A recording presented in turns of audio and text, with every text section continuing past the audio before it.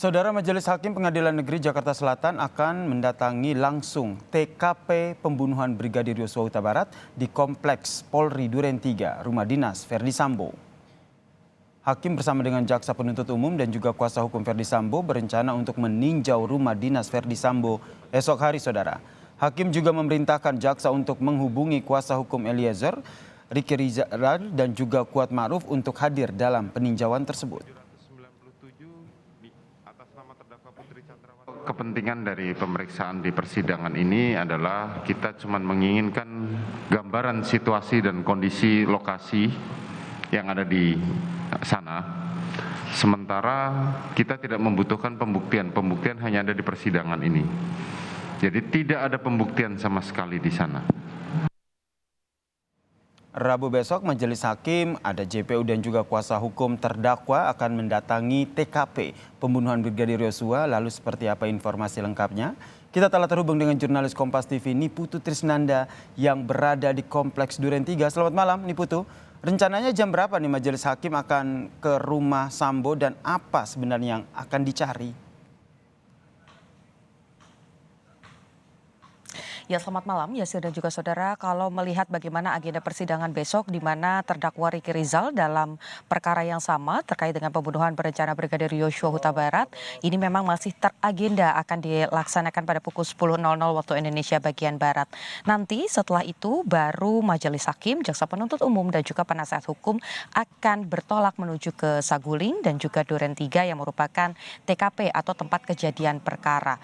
Pertanyaan Anda yang kedua ini berkaitan dengan apa saja yang nantinya akan dilihat. Tentu saja makna dari pemeriksaan setempat ini berkaitan dengan alat bukti, kemudian juga keterangan dari saksi, ahli, ataupun juga para terdakwa yang sampai dengan saat ini masih banyak pro kontranya. Saat ini yang Anda saksikan di mana salah satunya hal yang menjadi penting Anda menyaksikan melalui juru kamera Kompas TV, Sultoni.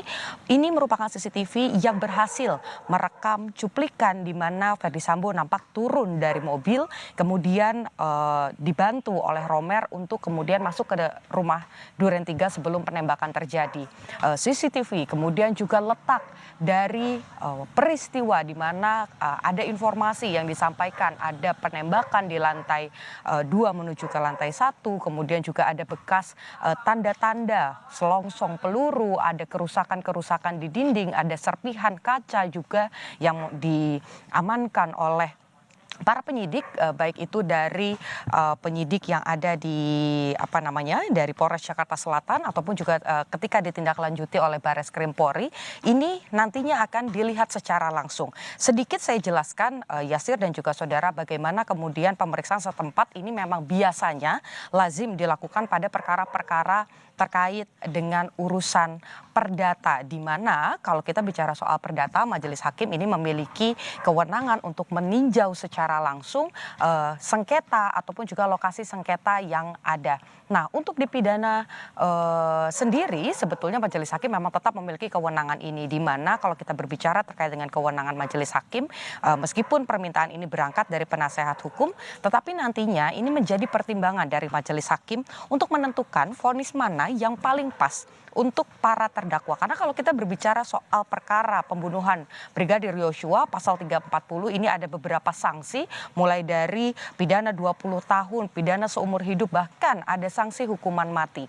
Ini yang juga nanti akan menjadi pertimbangan dari Majelis Hakim. Mengapa kemudian jaksa penuntut umum dan juga penasehat hukum perlu hadir di lokasi, yakni di Saguling dan juga di Duren 3, karena ini nantinya menjadi pertimbangan juga, menjadi materi yang akan dimasukkan. Kalau untuk jaksa penuntut umum akan dimasukkan ke dalam tuntutan, kemudian untuk penasehat hukum ini nantinya akan dimasukkan dalam pembelaan.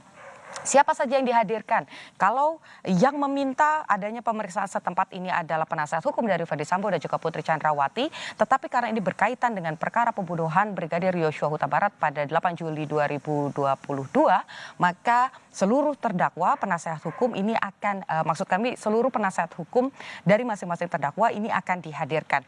Ini saya berada tepat di sisi garasi yang juga menjadi poin penting di mana ada kesaksian waktu itu dari Polres Jakarta Selatan menyebut sempat ada interaksi, kemudian juga ada perbincangan yang dilakukan di garasi tetapi tidak bisa terekam oleh CCTV karena CCTV yang ada di lokasi ini juga tidak berfungsi. Seperti yang Anda saksikan, saudara, bagaimana kemudian CCTV yang berada di sisi kiri atau kalau menghadap ke arah jalanan dari arah saya ini berada di sisi kanan, ini juga tidak beroperasi. Nah, ini yang menjadi keperluan untuk majelis hakim, bagaimana kemudian ada peristiwa pembunuhan, ada nyawa yang hilang, tetapi tidak ada bukti yang secara pasti menunjukkan peristiwa tersebut. Bagaimana kemudian CCTV di Duren 3 yang dari area dalam rumah ini tidak berfungsi, kemudian di Saguling juga di lantai 3 CCTV-nya juga tidak berfungsi dengan baik, sehingga ada informasi ataupun juga fakta di persidangan yang menyebut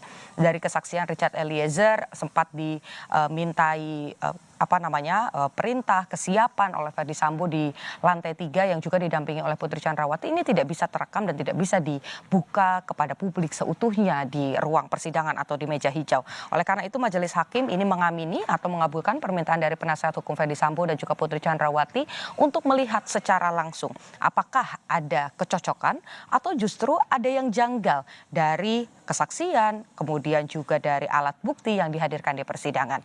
Besok rencananya Ricky Rizal akan menjalani proses persidangan dengan menghadirkan 2 orang ahli dimulai pada pukul 10 dan kurang lebih kalau kita lihat bagaimana mekanismenya di beberapa persidangan sebelumnya dengan agenda pemeriksaan ahli atau mendengarkan keterangan ahli ini akan selesai pada pukul 1 atau pukul 2 sehingga kita bisa prediksi nanti Majelis Hakim, Jaksa Penuntut Umum dan juga penasihat hukum akan tiba di Saguling, kemudian lanjut ke Duren 3 ini sekitar pukul 2 ataupun juga memasuki pukul 3 sore. Tetapi kita masih harus nantikan bagaimana besok jalannya persidangan Ricky Rizal terlebih dahulu karena ini yang menentukan kapan Majelis Hakim yang nanti akan dipimpin oleh Wahyu Imam Santoso untuk kemudian bertolak ke Duren 3 dan juga ke Saguling.